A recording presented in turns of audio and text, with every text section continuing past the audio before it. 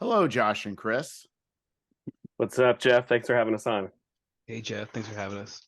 Oh, no, my pleasure. Sounds like you guys have a Kickstarter called the Hard. Oh boy. Yeah, I messed that up. How can I mess up hard light? I guess it's pretty easy. The hard light dynamic. There we go. Nailed it in three. Okay. Yeah, we have the Hard Light Dynamic. It is on Kickstarter right now. The campaign runs through the 11th. And it is an adventure zine for the Cyborg role-playing game system.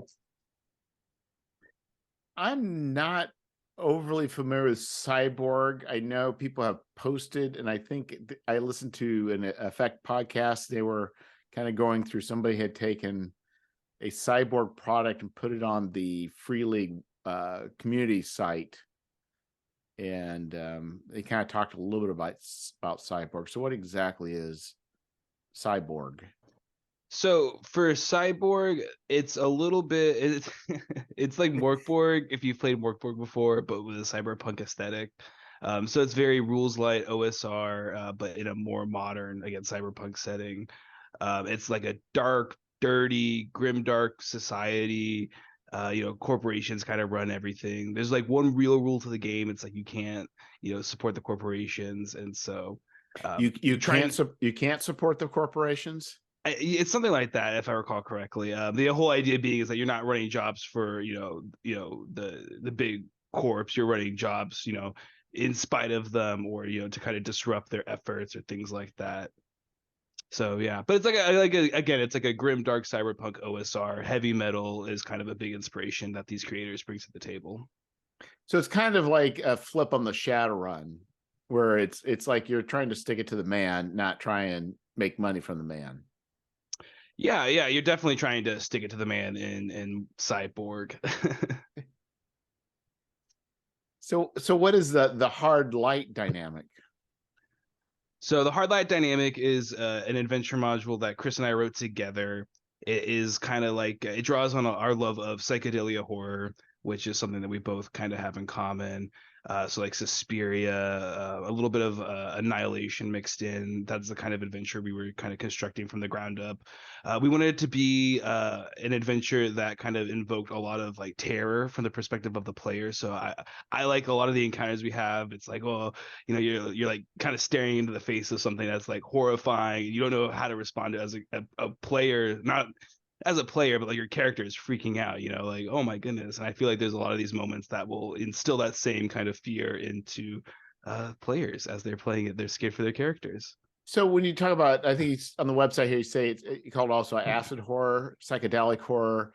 So what exactly, you mentioned a couple of movies, but I'm not really too aware of those movies. So what exactly is, I mean, we mentioned these movies. What is kind of like, what sets those apart from, say, other types of horror?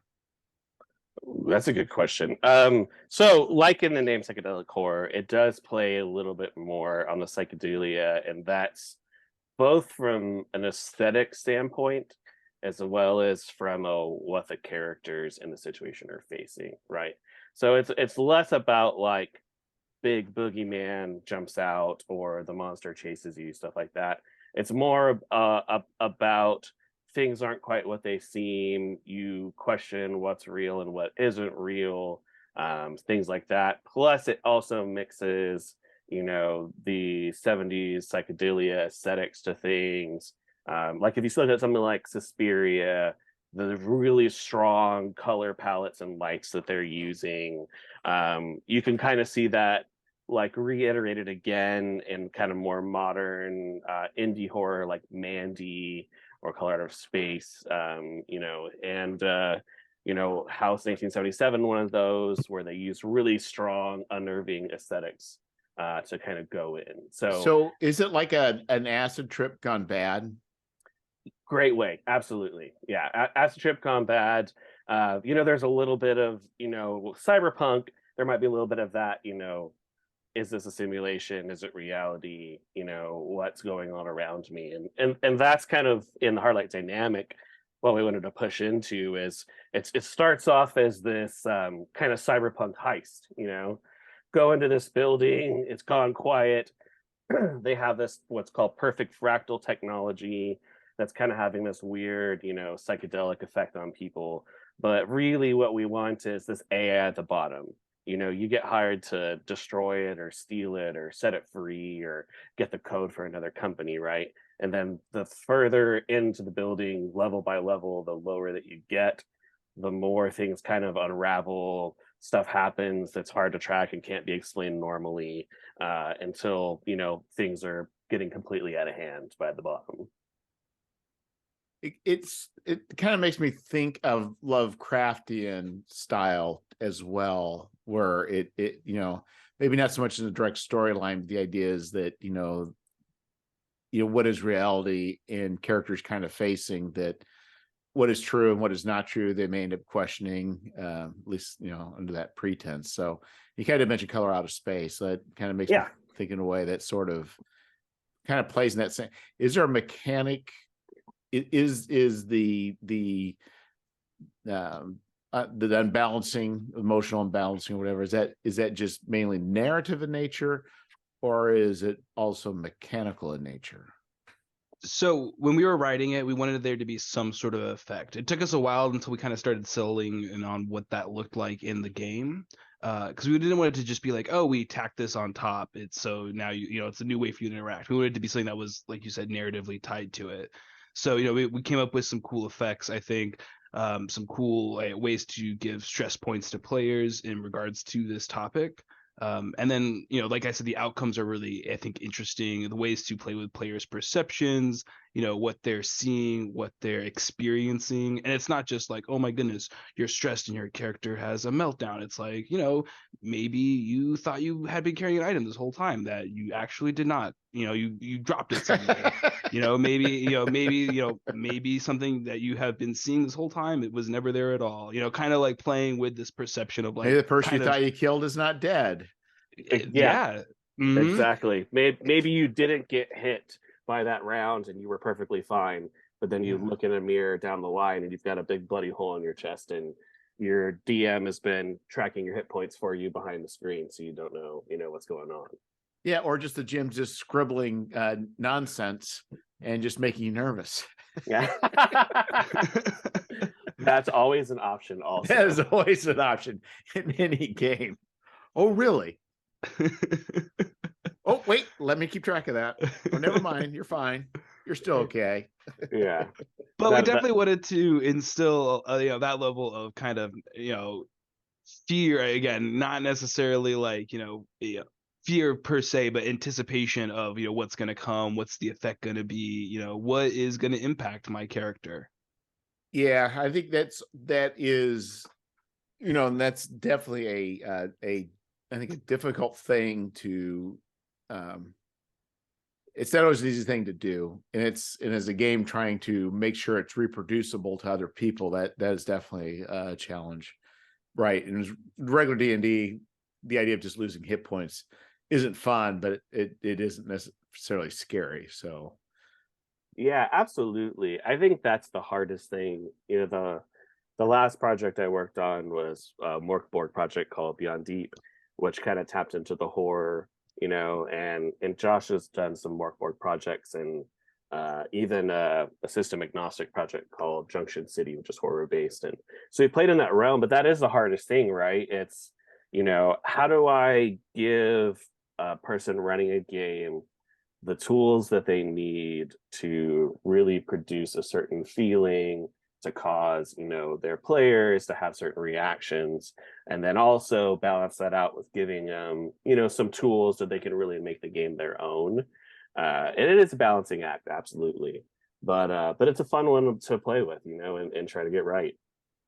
Yeah, we talk a lot about a mechanic, or the idea of play and find out. That's like a really popular thing I've been saying a lot lately. But for this adventure, it's been something I've had to really relearn, because it's you want it to be, right, this cosmic, psychedelic horror experience, but I can't just like impart that by writing down this is going to be a psychedelic horror experience. Right, This is, yeah. if only it was so easy. So figuring out, how to connect those dots for GMs, but leaving enough breathing space to where it's, player decision matters and how they approach things matters. And, of course, there's always those outside the box ideas that, spring into action based on what you're doing in the game as well. And so you need to leave space for that as well.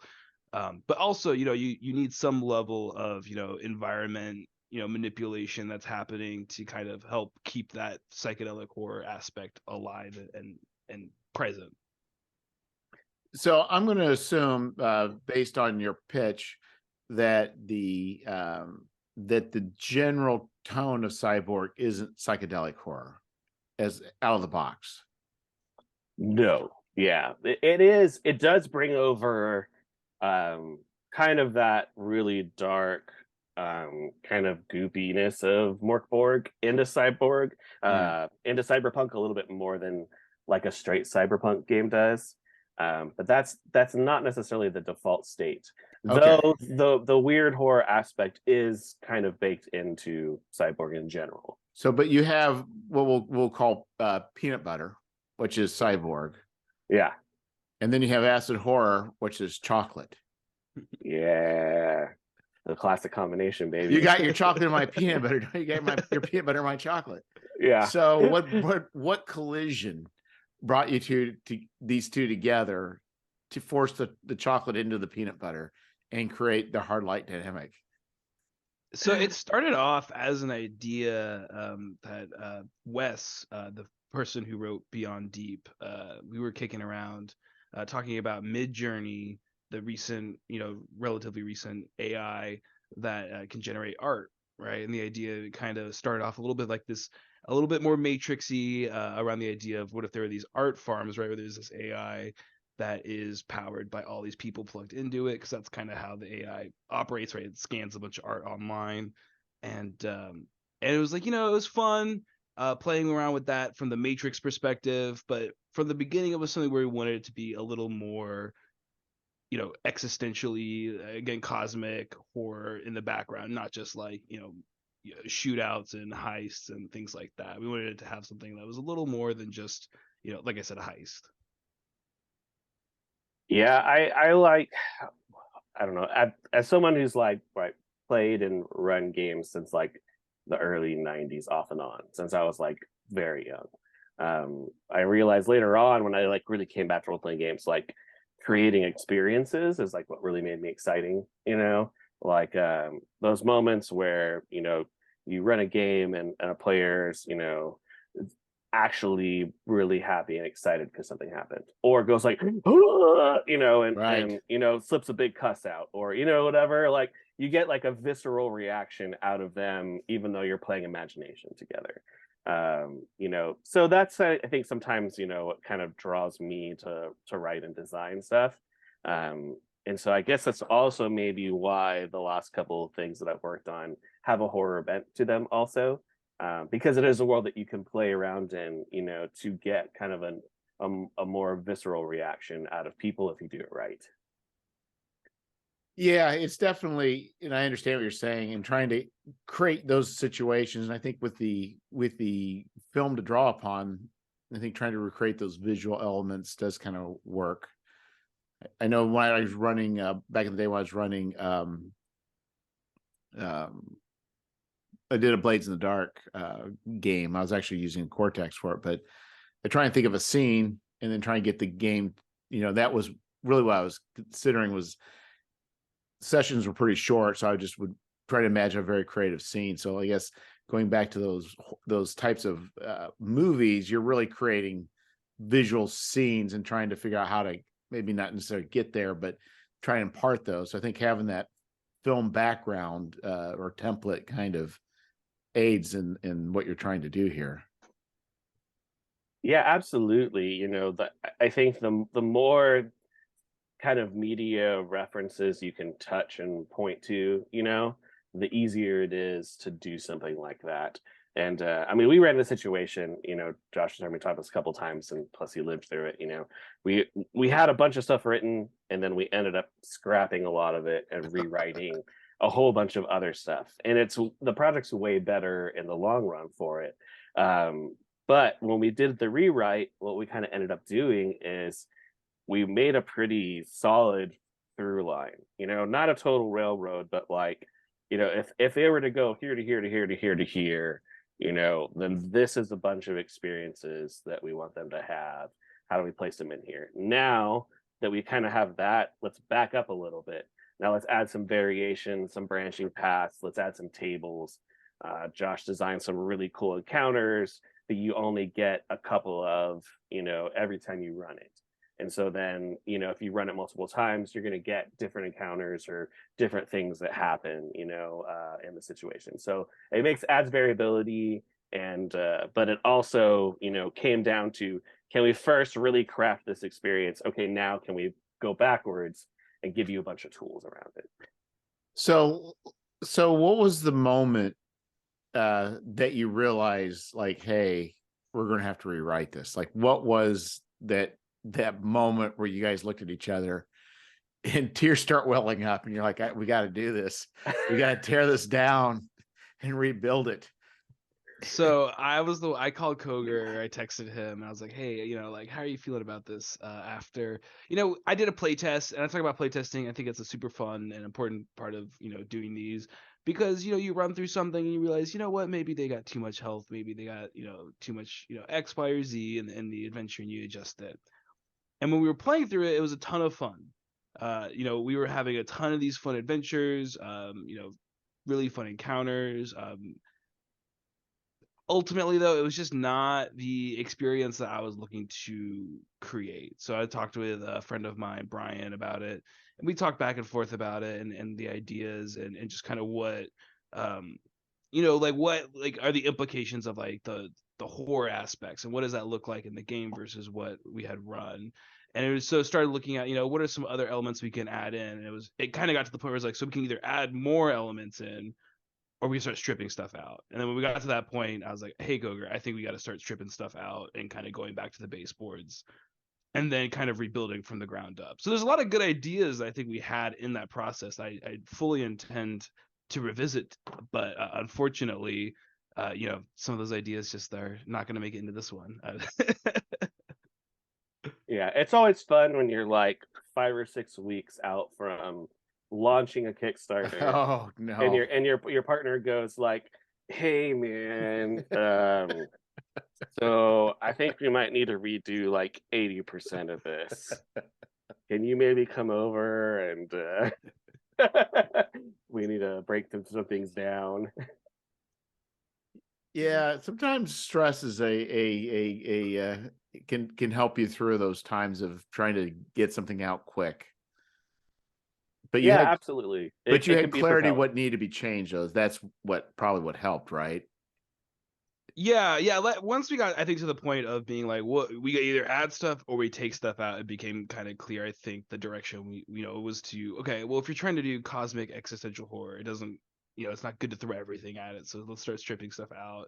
And I think once we got to that point, that was like the big, like, okay, everything's starting to click together now. And I kind of like, I define it, I describe it a little like you taking everything, you're just cramming it into like a juicer, just kind of like compressing all the ideas into like a single small amount. And then that's what we build the rest of the adventure, back, going back what Chris said, building the through line, building the stuff around it, and then starting to kind of, frame it for people. Yeah, that definitely it seems like a lot of times it's especially we're all fairly new at this sort of thing. It's just like you almost have to make these attempts and it's never a straight line from beginning to end. That's absolutely true. I think after this last round, though, I won't write anything without having a giant whiteboard around. Because that was like, I literally went to Josh's house when we were rewriting, and I was like, man, I wish I had a big whiteboard. And he's like, hold on, I got you. Runs to his office and brings this thing out. And so it was nice because we could, for me, I'm like a physical visual person, so then being able to talk through ideas, but then be like, here's a room, here's a visual aesthetic, here's what we want to create in here, here's a couple things that happen. Okay, go down to the next chunk. Okay, let's take a couple notes about this level and what's going on, and be able to visually kind of track through ideas and places.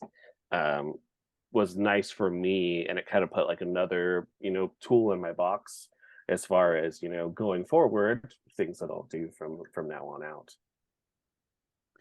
Yeah, it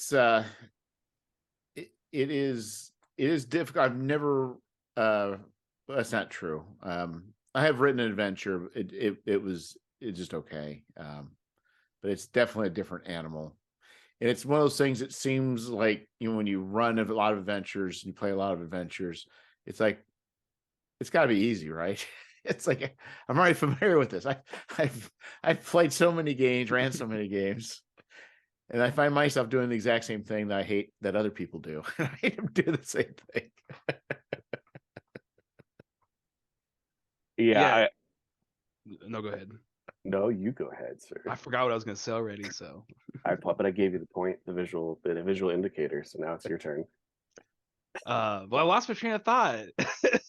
No, so like I did, I still think about the transition from being someone who runs a lot of games as a GM or DM or whatever, versus writing games really is very different, because in the moment you're constantly reacting off of your characters, like the players at the table or on your screen, if you're online.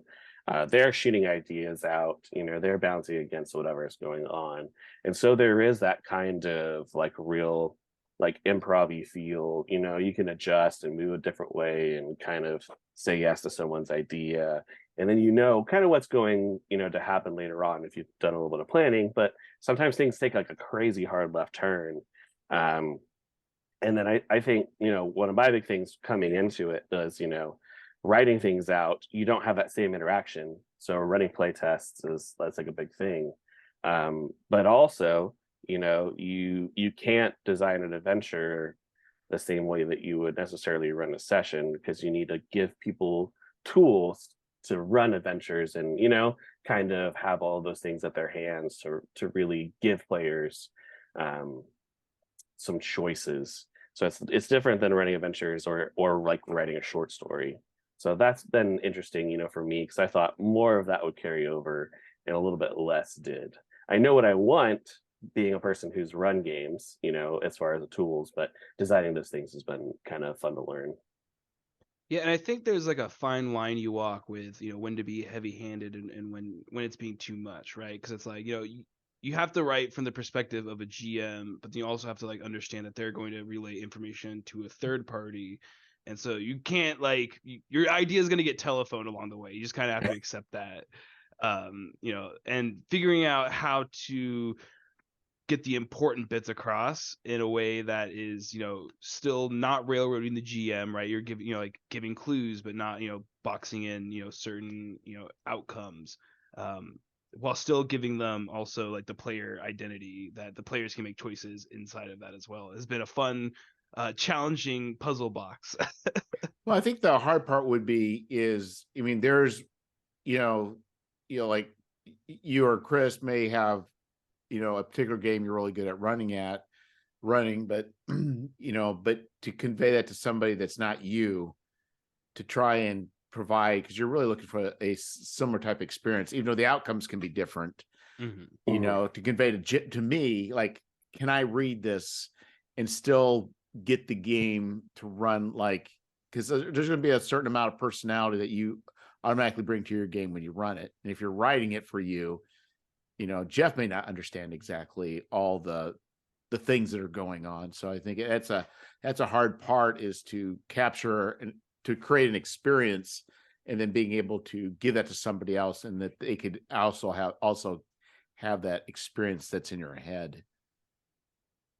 Yeah, and when I'm writing, not just on this adventure, but just in general, right? Like I'm writing for not the 136 people who have graciously backed us on Kickstarter.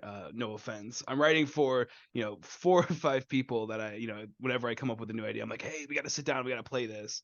And that's like, because I want to create, like ultimately I'm creating these to have fun with my friends. Like I want to create experiences that are good for me and my friends, and if people want in on the fun, they're more than welcome to have at it. So when I'm writing stuff, right, like I try to write from that perspective for my friends, and then extrapolating that beyond that, right, like then okay, how do I translate that to larger audiences and keep those energies and those ideas, but obviously turn that into tables, and if a GM wants to freestyle with that, they're more than welcome to.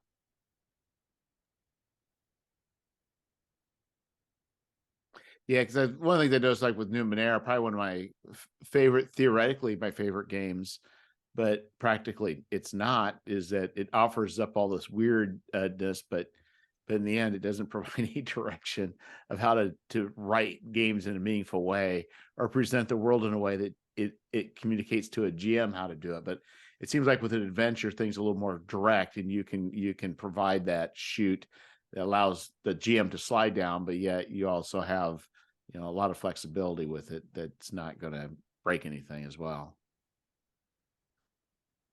Yeah, absolutely. Designing a room, we talked about even something like layout, right? How do we communicate the information so that it looks cool, but it's also easy to use?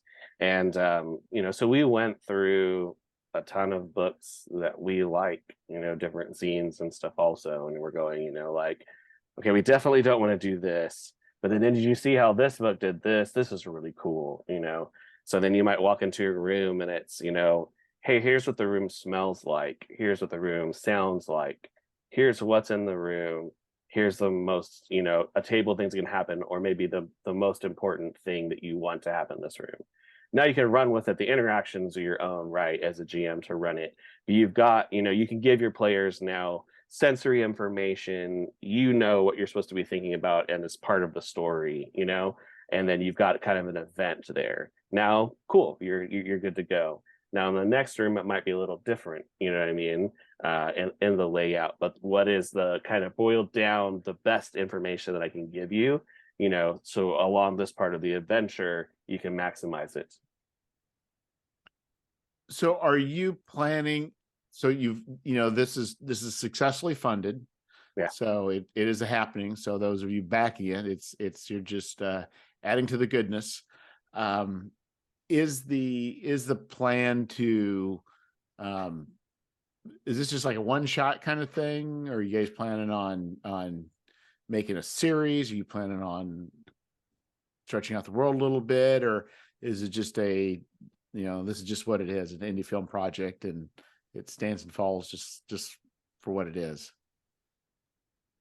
So for this, we designed this to be played as like a one session kind of thing. You sit it, and we play a lot at cons. That's where we both have our roots at cons, and so we wanted something that we could take to cons and everything. As for stuff in the pipeline, we got plenty of ideas that we're always cooking up.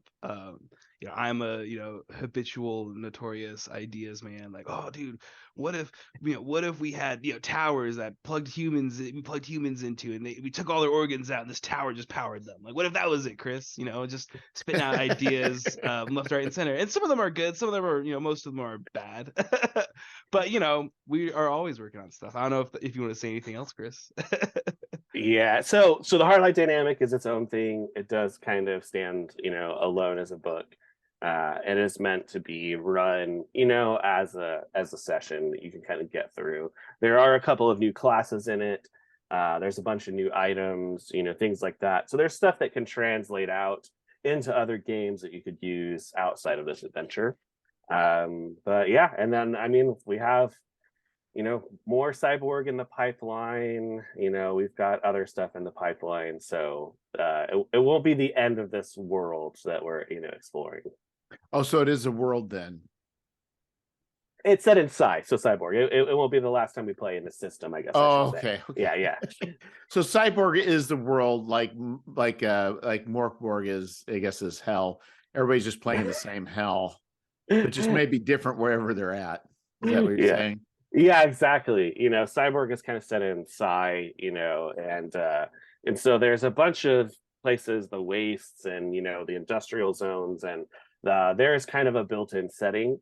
You could strip it out and use it just as a system, but I think the built-in setting they have is fun, and they give you kind of the big round pieces of it, and give you a lot of space to then go into those sections and really make them your own and play around with them. So I appreciate that. Yeah, that's neat. And I think they also are pretty generous. I mean, I was with Morkborg with their licensing, that just makes it even more attractive. Yeah, absolutely. Yeah, free league licenses are killer. You know, and the Cyborg one is another one that's very good to third party creators. And I mean, like I said before, Josh and I have both made Morkborg stuff before. Now we're making Cyborg. Obviously, we kind of jive with the Stockholm Cartel, you know, vibe of systems and worlds. And I have, besides those two, I have a bunch of free league stuff. As a company that puts out product, they have a lot of things that I really enjoy. Yes, we want to say nice things about Free League. Yeah. Yes. So anyhow, so that's a great idea, because it really kind of allows, I guess, people, because it kind of fits within the system, and because it is kind of a you're not really doing anything crazy. I guess, could people play it in their normal Cyborg game? Does it fit within that, or is it really like? Absolutely. Yeah, you could slot it in, you know, because Cyber's so weird and there's a lot of stuff going on. You know, you could go 10 blocks, you know, away from where you are, and like a whole bunch of other weird, different stuff is happening. So you could plop this into a block, you know what I mean, and make the hard light. You know, the hard light dynamics as a company, one of the corporations in there, and it would slide right in. Oh, so the hard light. Sound problem. The hard light dynamic is a company. Yeah, so it is. We kind of play. So there is a company called Hard Light Dynamics, which is named after this thing called the Hard Light Dynamic, which is this thing that happens around hard light being like physical light that has substance, you know. And then this adventure plays around also with this kind of perfect fractal that, you know, this AI has designed now. And all of the kind of weird implications it has. As people look at it and study it and, you know, interact with it, it kind of starts manifesting in different ways and playing with their grasp of reality and perception and stuff. So is the hard light dynamic is that an actual thing in the setting, or is this something that you added to the setting? It's all stuff we came up with. Okay. So yeah, and kind of going back to a little bit of like how you can play this, we've kicked around the idea of making a Cyber Metal 2012 version of this as well, just kind of playing around with it. So it's not even it could, you know, it's designed for Cyborg, it fits well into Cyborg, but you could even take it into like other systems. And you know, we wanted it to be something that you could take to, you know, even if you wanted to try to say, you know, run it for Powered by the Apocalypse, you know, run it in the Sprawl, like, you know, you could take this as a rough framework and play around with that system as well. So you can play it, you know, in Cyborg, but well beyond there as well. So what was the setting that you said before the Sprawl? The Cyber Metal 2012. What is that? That's a World Champ game company, Adam Voss. It is like it's kind of in the same vein. They call it lo-fi death metal cyberpunk. Okay. I guess I'm an old man here. So lo-fi, lo-fi, heavy metal, and cyberpunk. So lo-fi, I'm assuming, is without all the fancy cyber equipment. Yeah, I think it's kind of like Aliens-ish, if you're familiar with that universe, like CRT computers on spaceships kind of aesthetic. Okay. Yeah. So it's lo-fi, but then the metal, I'm trying to understand. So how does the metal adjective work? So like literal demons wandering around, and you know, yeah, like Doom. yeah, kind of okay. Doom. I'm down with that. Okay, you know, yeah. So I imagine turn down the dial one and turn the dial up on another. Yeah, exactly. Yeah, a really killer hellscape painted on the side of a van. You know what I mean? And you just like hop right in there with some cyberpunk also. There's I would add that to a long list of games I would never want to run, but I'd always be up to play. Yeah. Yeah, it's cool. Well, I mean, we've got some cyber metal books circulating in our group of friends here, Jeff. So if somebody puts together a game, we'll holler out to you, okay? Oh, that sounds good. It sounds great. Cy- Cyber metal. Yeah, it's those things like I never knew, there's some things you until you see it, you never knew you needed it. Yeah, and it is fun, right? Like one of the few like good parts maybe of the internet and the way everything functions and hyperconnectivity is like things can get more and more niche creatively, and people come up with these kind of wildly interesting ideas and aesthetics, and like you said, all of a sudden you come across it and you're like, I wouldn't have come up with that, but that's rad as hell, and Yeah. now I need it in my life. Yeah, we really do live in a golden age, I think, with the intersection of the internet and Kickstarter and plus the shoulders of all the creative people that have been creating stuff for the last 40 years. Well, and I think the licensing stuff is definitely like kind of clearing itself out of the way a little bit. Like Powered by the Apocalypse, Right. that as a system, I think was pretty cool in how they changed a lot of gaming, but also they were like, this is free. You can play it. You can download the rules for now, I believe, for Apocalypse World for free. And if you want to make stuff for it, you just need a little bit of a legal blurb. Same for Morkborg. Same for a lot of the other stuff that these people have put out, Cyborg, and other Borgs as well, kind of have that same mentality. So I think it's cool. Like I think the culture is definitely, opening up to being more about creating cool stuff rather than letting ourselves be limited by, all this legal stuff. Well, when you were mentioning about, you talked beforehand about all the different Kickstarters that using Cyborg and Morkborg, and it made me think of, WotC putting out the original OGL. They said, what, the juice for us is other people making content. We just sell the core books, and that just created the amount of what's what I'm looking for. It generated a lot of companies, a lot of creativity occurred around that. It wasn't until recently they decided, you know what, we want to take all our toys and go home.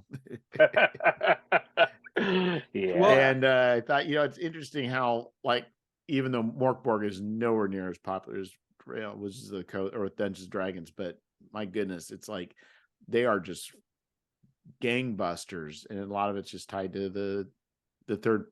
So many people are excited, by these third parties. They continue to be strong, both with Morkborg and now with Cyborg. Yeah, we'll see like a lot of systems put out on Kickstarter, very frequently. And I'm not trying to throw shade at any of them. They're all really cool. A lot of games though really just don't get a lot of like aftermarket support. Once your game comes out, I see a Yeah. lot of games that just don't get support. And the people that made Morkborg, they definitely saw what made their game, what they could do to make their game successful. They did a lot of community support, and I say it like that, like I think it was mostly just community support driven. They were wanting to make cool stuff with their community. It was not about like this profit motive. It was like, we want to make cool stuff. They had people send stuff in, and they did like is it Cult, right? I believe. Mm-hmm. They had like it was a community, created zine.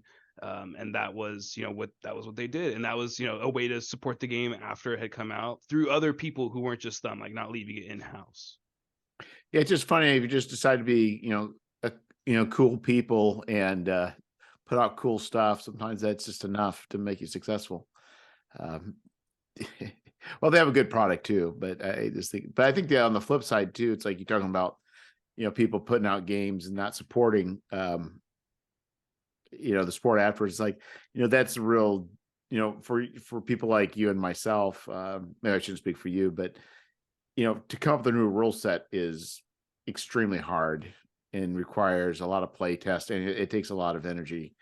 It takes less energy to just do an adventure. And so it allows you a lot of freedom to be able to do something without having to, go through all the rigorous, play testing, like for a rule, things being off on an adventure is one thing, but things being off on a rule set is just something else completely.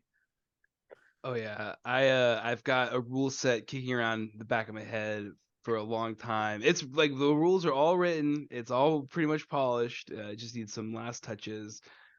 But going from beginning to end of that process, oh my goodness, like trying to make sure that everything is balanced. That way, no one feels left out at the table. Just because the rules create situations like that, making sure that the situations are not unbalanced, but also right the GM still is able to have the tools necessary to tell the stories that they want to tell. So, oh my goodness. I think my favorite thing about third edition D&D is not the actual game, but of all the reading about what all the things that people did to kind of break the game, or just weird abstract stuff like mounting, dismounting is 0 action. So you could create a series of poles with saddles on it, stretching for miles, and you could instantly travel from city to city. When you start playing with rules and how you can just, I really just find that stuff just fascinating.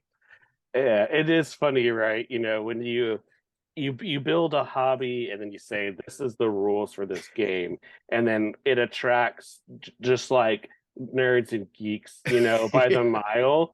Well, then they're gonna play in that space and be like, what can I do, with this rule set here to really make it crazy? Yeah. That stuff's pretty fun. Yeah, handing people, I think one thing was like handing an object to somebody's an instantaneous action. So you just get like 1,000 people, and then you create a real by just a simple rock. Yeah, that's why now you see like some of these indie games, and they're like, if at the beginning there's the blurb and it's like, if the rules don't cover it or it doesn't make sense, just do whatever would make sense. Please, for the love of God, be reasonable. I think what I enjoy most, and I can't remember where I first saw this, but they were talking about like spell descriptions. So like the very earliest, D&D, it was like light was like very simple. But then it kept getting more and more complicated and stating what it can and can't do, because people were abusing it. And then what the company felt that then they needed to do is to add more rules to rein that in. Yeah, it is like when you get to third edition specifically, like you're talking about, it became such a tactical game, and there needed to be more and more rules and 5-foot steps and minis on a map and all these interactions, and the problem is like the more granular you make rules, the more holes there are in everything. Yes. Right? Because the more interactions there are, and you're never going to be able to catch them all. So when you have a BX basic or expert D&D or these old D&D, like, it's actually funny because there's less rules and there's more people going like, okay, well, would that make sense? Or let's figure this out as a group or, as a DM. Then you don't end up with those holes, right? Because you're going to sit at the table and go like, well, this is what that means. Right. Or you go through the 1,000 feats, figure out all the combinations, and then, find if I do this, this, and this, I will be unbreakable, or I can, do impossible things. I think to me, I don't really care for that type of game design, but I do enjoy reading about people that break it. Yeah. Well, right, like that's like the big draw for D&D, I think, and Pathfinder, right? The lonely fun aspect of like building your character, figuring out what do I want this character to do. And sometimes it's Mimi. Sometimes, right, you're like, oh, actually, I'm gonna climb as my run action, and then I'm going to, take a bonus action to do whatever. But you come up with these. You can tell I haven't played that much D&D. But you create these you create these fun characters, right? Like that's that's the whole point, is you build your character sheet. Versus with OSRs, you're not really, it's not so much about your character, it's about exploring a dungeon, finding some cool loot, killing some cool shit, things like that. Yeah, and I think what's interesting is, and I never realized, early on playing, but especially with BX, it's really not about your character being good. It's actually hiring retainers and managing people. Yeah. You're like, wait, hold on. I've gotten far enough to where I'm like middle manager fantasy, the role playing game right now. Well, no, even the beginning, if you have a Yeah. high charisma and you're a magic user with 1 hit point, Yeah. you hire a couple mercenaries. Yeah, please stand in front of me. Yeah, exactly. And it turns and I think what's kind of cool is that it really isn't it really is if you were to play it just as it is as far as that goes, I mean, it really is a different kind of game than most people play it. And it is kind of a fun, cute, maybe not cute's not the right word, but it is its own thing. But then later on, they kind of did away. You saw how retainers, but that was not as core. But with low hit points, it was very necessary, to do that. Yeah, absolutely. It was built into the system, to really do that. I think that's like we talked earlier, you said we kind of live in a golden age of like role-playing games. And I talked a little bit about, stuff becoming a little more niche, but I think that is kind of some of the fun, right? Is like there's a system out there or an adventure out there to do almost anything, So if you want your lo-fi, hyper metal cyberpunk, you can go grab cyber metal and do that, or cyborg or another game. Or, I picked up a game the other day and it was, so completely hyper specific that it's like this game is built to create this one experience, and I think that's like kind of interesting and entertaining, to see what people are doing out in the world and creating more niche things. And then also there's larger systems that give you really good fantasy, but that's very sort of sorcery versus heroic, Right. versus running big bands of mercenaries or whatever. So it's nice to be here. Sometimes the problem is just finding the cool stuff. Yeah, and well, or you find the cool stuff and find somebody that'll play the cool stuff with you. Yes, yeah, true. It's very true. Yeah, what's that one game? Is it I Am John or We Are John? Oh man, yeah. What's that Is one it called? Everyone is John? Everyone is John. Yeah. It's one I want to play. I never have gotten a chance to. Oh, I man. love all those weird ones. Koger and I, so Koger GM'd a Power by the Apocalypse game for a long time for us, and we ended up doing some weird ones at the end when we were kind of going our separate ways. What's a weird one? I mean, I say weird, like Lasers and Feelings. It's not weird, but Oh, yeah. like it's like if you're not used to RPGs, it might not be like what you think of when you first think of them. But Everyone was John was one of the ones we talked about. A lot of the 1-7 from John Harper. Yeah. No relation, but Oh, great okay. game maker. Yeah, I like a lot of the Harper stuff for sure. I like a lot of Grant Howitt's stuff also. I ran Trashkin for a long time, which is, a one-page game about being in a fantasy world, except you are a raccoon or a possum or some sort of trash-eating anthropomorphic little creature, that's living off of the refuse of everybody else. So there's a lot of fun stuff out there. Yeah, I think it's and maybe this is a little bit bigger. I remember playing Honey Heist, which was fun. Yeah, absolutely. Honey Heist got big, I think it hit a couple of the actual plays and kind of got into the internet, and has spread pretty wild, and that's a fun one. And the other one we played was well, must be getting late. My brain's failing. Honey Heist. What was the other one? Oh, there's another one called is it Threadbare? Have you ever played that one? Is a Powered by the Apocalypse, where it's like a post-apocalypse, but you're a toy. No, but I just Googled it and I will be probably picking it up now. Yeah, it's very good. It can get pretty dark. You can make that one as dark as you want. You can go, whichever version of Toy Story base makes you feel better. But yeah, that's great. Yeah, so yeah, we do live in a golden age, and I think it's amazing. And you're right with that's a nice thing about even the small zines. Like you're not gonna like Lasers and Feelings. You're not gonna play a campaign, but you can play do a fill-in game, and it's a lot of fun. Yeah, I mean, I'm Yeah. just like looking at this Threadbare RPG page. And it's like, what is Stitchpunk? There's a Stitchpunk RPG. That's like you go back 10 years and talk to people at Stitchpunk, and they're gonna be like, what are you talking to me about? Like, that's Yeah. awesome. It's cool. You know, we mentioned Wes earlier, Wes Askelis, who is one of the other half of Beyond Deep and Spooky Build Games, and they have done something that I joked about and did a little bit, but they're running a random RPG club right now. You know, where a couple of times a month they will grab one of their 40 zines or systems that they have and pull together a group of 5 or 6 people and sit down and play through, you know, some like really cool zine. And I think that's like a fun way to experience it. You know what I mean? If you can build that kind of community, because there's a million things that I want to play, and I have a stack of stuff here that I need to get through. Yeah, there was a group I had that everybody would get bored after about 8 sessions at most, between 4 and 8 sessions. So every campaign only ran so many. We would run a different game, and that's where. And also I had a bunch of young people in there, and then that's where it'd bring up just some odd stuff that I never would play.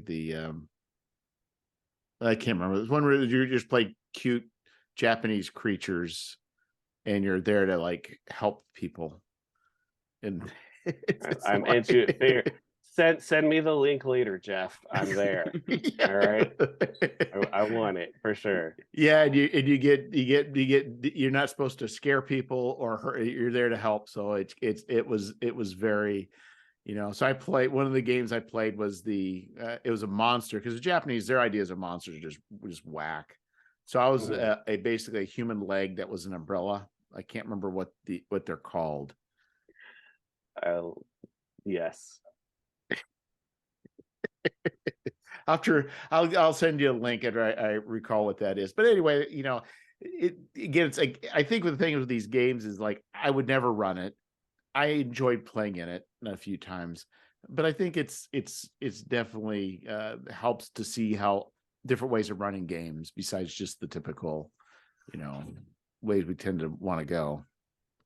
Well, I think like a lot, there's a lot to glean from other games, just from the aspect of like, you know, we're all designing games, right? Like, I know it sounds like, you know, this is a good movie because it's a movie kind of quote, but like, you know, there's a lot to glean from like some person's random story that they're trying to tell in a game, you know, where you're playing as, you know, Japanese, you know, folklore creatures, right? There's like mechanisms in there that, you know, you can learn and adapt and, you know, think, oh, like this is getting me to focus on this, or, you know, this is getting me to figure out this, and take those. And I think that's like a really fun part of just playing all these different games. Yeah, and not everybody wants to be a barbarian that kills 100 things and finds a box of gold, you know? And sometimes you do want to play that game, but then later on you want to have, you know, some other little experience as well. So these things provide so many tools and resources for broadening your horizons. Yeah, and I think even like, you know, like 10 Candles I've never played, but I mean that to me would be I don't know. It'd have to be at the right place, the right time for me to really want to put myself through that. But I mean, you know, there are games that are more emotional. I mean, they are tied more to emotional type situations, and I think there's a certain amount of catharsis thing going with that. I've got I will call him a friend, an internet friend. I haven't spoken for a while, but he's from is it from Finland? And they would do these crazy LARPs, you know, like they've gone for days. And it would be intense. You know, it's like it's World War II, we're in a bunker and we're being shelled and we're going to die in 3 days. You know, I mean, and it's just like, it's like, and, but I thought, you know, it's kind of interesting how, like, you know, how through playing it through games, people try and explore these different emotional spaces, which I think probably is better than what we do, especially in our culture where we just tend to, you know, so watch my Jan Wine movie and I'll be okay. Yeah, absolutely. Yeah, I mean, role-playing games are fantastic for that. I haven't thought about that as much lately. That's something we talked about on the last game. But it is, it's a chance to be someone else or act a little differently or try on a different personality or experiencing something that you've never experienced before. And you can do that and throw yourself into it as much as you want, but without the consequences of the real world, being around it, and kind of generating through all those emotions and stuff is really cool. Like you mentioned catharsis, and I think that's a good way to put it, for a lot of people. Yeah, and I think in a way it also helps. It can generate empathy. I think like there's a what's the one where it's an role playing game where you're on the I think you're escaped slaves trying to go north. Ooh, I don't know actually. And I forget the name of that, but it's like it's games like that. There's another one where you're, I think, like a Japanese restaurant owner, and things are kind of going bad. I mean, there's just a lot of, I think, where things are done that are more, I would say, curated direction that they can offer. I think it doesn't have to be heavy handed, but it definitely can lead to us kind of understanding the experiences of different people in a way that's not overly forceful. Yeah, I mean, I think there's a ton of ways to get people to, I think a lot of times when you frame something for someone, right, they feel like you're being pushed to arrive at a conclusion, and giving them a game where there's not a conclusion, where they're trying to figure it out from their character's perspective, right? I think like that is a good way to get people thinking and into a mindset that is open to, learning about other things, right? Like other people and other things like that, and opening you, like Chris said, opening your horizons, broadening it in that aspect. Yeah, we definitely and I've not gone through the Kickstarters, but for ZineQuest, but have there been any of the zines that kind of fit that niche that you guys have noticed? Or I honestly have not kept up with too much of the ZineQuest stuff this year. It's been hard.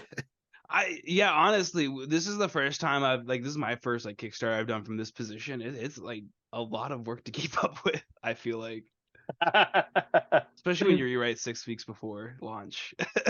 Yeah, I find every aspect of it stressful, and even when Chris gave me the congratulations, and I was thankful to have funded and gotten done, but I didn't really feel much better. Well, you're in a situation where you're like overlapping so heavily right now too, Jeff, because you're fulfilling stuff and running a campaign and prepping for the next one kind of all at the same time. So Well, that's a yeah, lot. and I also start, like, I think we might have talked about, I can't remember, but my problem also is like it was much better financially, the Kickstarter, but I also had fewer numbers of people backing it. So then that kind of like I start wondering, and then I think we talked like fewer retailers back this one, so it's just like, was that not so good for the other retailers? I mean, it's just like, I mean, it's just those types of things start, Stray thoughts popping into your head. Yes, like popcorn waiting to explode out. Yeah. Yeah. It's just it's just so, I guess, for you guys, it'll be great once you fund and get it. But the thing is, still, even so, you don't know what your final number is going to be. You kind of think, and then it's still, you're in that bathtub phase where it's just flat and occasionally dips negative. That's always fun. Yeah, there's nothing more exciting than being like, oh, we're like 137 backers right now. And then you make the mistake of refreshing like 45 minutes later, and you're like 136. Oh God, it's all gonna fall apart now. So Or you could have the number of the number of backers go up, but then the amount goes down. You're like, what? Yeah. How's that happen? Oh yeah. The big pledger just decide not to bow out. But In fact, I was talking to the guy Oliver doing the New Edge Sword and Sorcery. Yeah. And he was saying, he goes, my number one fear is, I'll be at the end. I've got enough people to back, and then all of a sudden, like 10 people will drop, and then I won't fund. I was like, no, that doesn't happen. People don't drop at the end. Started having people drop at the end of Gary's appendix, not at the very end, but like 2 days before it was ending. I'm like, do I go tell Oliver like I was completely wrong, and that people do drop, and it isn't fun, because he wasn't funded yet, so he's run to that finish line. I like, no, I just better not say anything. Yeah, I think we're gonna be like an anxious creators therapy session in a minute here. Yes. Yes, it's that's the name of the game. I guess once we get enough of these under our belts, it'll be. I don't know, it'll ever be easy. Actually, Eric Blow, because I think I was talking about being difficult, and Gary and Tony. I can't pronounce his name. Vasella, on the RPG zines. So, oh yeah. Okay. Anyway, he was like, "Well, just treat it as a game," the whole Kickstarter thing. And then I'm like, now I have that mindset. And so I brought in Eric Bloat, and because he's run a bunch of campaigns, including the Demogorgons, and I can't remember what the huge Kickstarter. He did really well. Yeah, he's nervous every time. It's just, he's a wreck. So it's just, it just goes with the territory. Oh yeah, the Dark Places and Demogorgons, right? Eric stuff. Yeah, Eric is on a pretty big roll. He's got another Kickstarter. Yeah, he just produces. So I know I need to be more like Eric. I think my big fear is once it funds, like it's like that's great, and then I will not I feel like my stress levels will not drop until that book ships out like into people's hands. That is true. That is true. I try and get mine as close as I can to being done before I go to Kickstarter. I like that. That's a good way. But yeah, it is. I mean, we just shipped physical copies of Beyond Deep, the last Spooky Build Games project this last week, and we just have to knock out. We're waiting for our second print on demand proof from drive-through right now before we can finally get all those print on demand international backers out. But yeah, it is that weird thing, right? Where it's like, okay, finally, are we there? Is this good? We're good. Okay, I'm gonna take a little breath finally here now. But it also feels weird, at the same time, after putting so much into something for a while, to be like, okay, is this really done? Cool. Well, and the thing is, I keep noticing things, at least the last time when I was uploading the proof. I just even did the review, and I was finding errors. So I kept uploading, pages for Thane, and I realized, there's a certain point where it's just like, oh my goodness, this is like 5 revisions within, half an hour of doing it the last minute.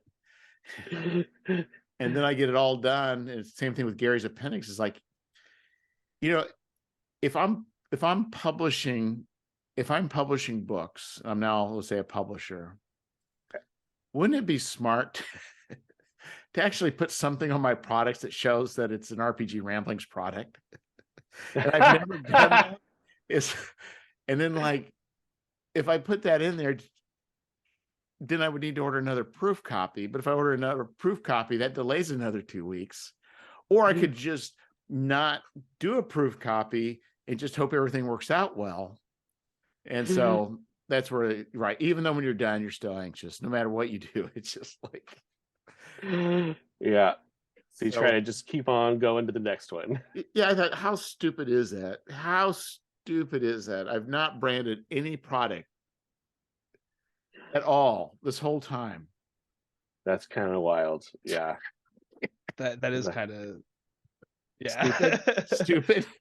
No, I mean, I would say I mean, you know, are you creating, just out of curiosity, did you start this as an RPG Ramblings thing when you started making? No, actually, I didn't. It wasn't until, so I never do anything straightforward, as probably Chris can attest to the short amount of dealings. There's no master plan. There's just hard pivots. I had the podcast, and I just thought I need to do a website, and I thought, well, why don't I just make RPG Ramblings a publishing, name as well. So it really didn't start that way, but really for the last two products, I should have known better. See, but now you got it. Now you know. Now I know. Or did I say, oh, it took 6 projects, 7 projects? How many now? Yeah, it'll be 5. So 5. Okay. I can go back and I think it's 5. I don't know. Is it 5 or 6? Maybe 6. I don't know, because I don't know. See, 2 Garys, 1 Fly. Journey to the Madlands. Yeah. And Scoundrels. 5. Yeah. Did I say Fan of Flygon? Yeah. Mm-hmm. Yeah, so 5. Nice. So yeah. Anyway, so yeah, you guys need to. I'm sure you guys have thought ahead. So Chris, you and Wes are you and Wes the I forgot the name of the Bell. Spooky Bell Games. Is that you two? Yeah. So you and John, are you? What are you? Do you guys have a title, that company title, or? I don't think I would say we have a company title per se. I mean, a lot of people are like, "Oh, Spooky Bill Games," and I'm like, "That's cool." I came from another collective called Storywood. I just kind of honestly, I float around and make ideas with as many people as I can. So I kind of view it a bit like a partnership. Because I just like making stuff. I want to make stuff with as many people as possible. So Chris and I, we work together. Right? It is a Spooky Bell Productions, right? Chris. Okay, so it is very much a Spooky Bell. Yeah, so Okay, this is through Bell. Spooky Bell Games. But then, we're both creators that make stuff. So like Josh and I have talked about, like, down the line as we do more stuff, do we want to co-brand stuff, different things like that. So there's different ways to handle that these days. Which is kind of interesting too. There's a lot of options there. So but this one's sitting Spooky Bill Games right now. So well, what I was thinking just earlier today, Chris, have either of you two played Marvel Heroic role-playing game? Mm-hmm. No. So it's a dice pool game. It's based off the Cortex Plus, which became Cortex Prime. Okay, yeah. And so it's a dice pool game. And but the Marvel Heroic has a thing where you have a character, it's not an archetype, but it's kind of basically there's different levels of things you add to your dice pool. And the one is it's not archetype, but it's how you work best. Okay. And then depending on which situation, and you choose which gets a D6, which gets a D8, which gets a or maybe it's a D4. A D4, maybe it's a D6, D8, D10, or it's a D4, D6, D8. And so the options are solo. The second one is partner, and the other one is group. And you choose which die yours are. And so if you look at other characters, some characters in the Marvel universe are good as groups. Some do team ups, and some are like, more on their own. Like Wolverine is great at being solo. But maybe Spider-Man's good at team ups with one other person. But maybe Iron Man's best with an ensemble. So Chris, I think yours is partnerships. Yeah. So absolutely. Your D8's not is not in with a large group. It is with. Yeah, absolutely. I do. I mean, it's cool to have friends who like to make cool stuff, and I'm always looking though for, more people to work with, but also building partnerships with people, to do interesting things. I realized a long time ago, right? There's like a certain amount of stuff that I can do and feel really good at by myself. But if I'm bouncing ideas off of another person or I have someone else to work with, then I can go way farther and be more consistent. And I feel strongly about the fact that I am good with other people's ideas and good at helping people reach the potential of their ideas. So with Spooky Bold Games, that's one of the things I'm looking forward to as I do more and more stuff, right? It's not only putting things that I care about and that I write, but like gathering together people to work with them to really help people like put out the best like project that they can put out. Yeah, and I think even like with Wes, it's or with Josh, I mean, the idea is come up with an idea that is also something you communicate to other people to get them excited. Yeah, different skill sets for sure. So because I think a lot of times you can have the idea, but you got to be able to communicate. So you got to say, so Josh, you got to say, hey, Chris, I know the tower made of human organs probably wasn't great, but this one is cool. And then just Chris goes, yeah, that is cool. I'm like, this is pretty radical. We're still going to use that tower of organs some other way, but not for this one. It'll be watch for it in the future. It'll be out there one day. Maybe there's an island where all the lost ideas go, and that becomes its own adventure. Oh, that's kind of fun, actually. Though that's a pretty neat, like a battle world, but for all your ideas. Yeah, exactly. So it's good. We'll talk later, Jeff. All later. Right, sounds good.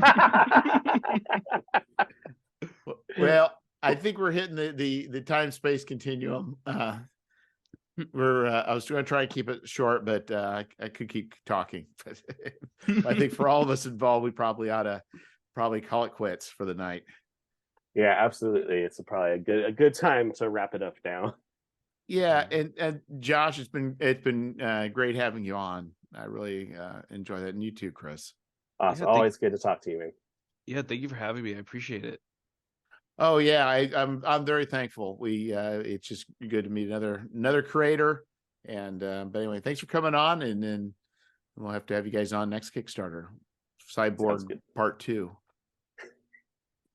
Let's do it. And so anyway, take care, guys. All right, see ya. Well, thanks guys for coming on. Yeah, man. Thanks for having us. For such short notice.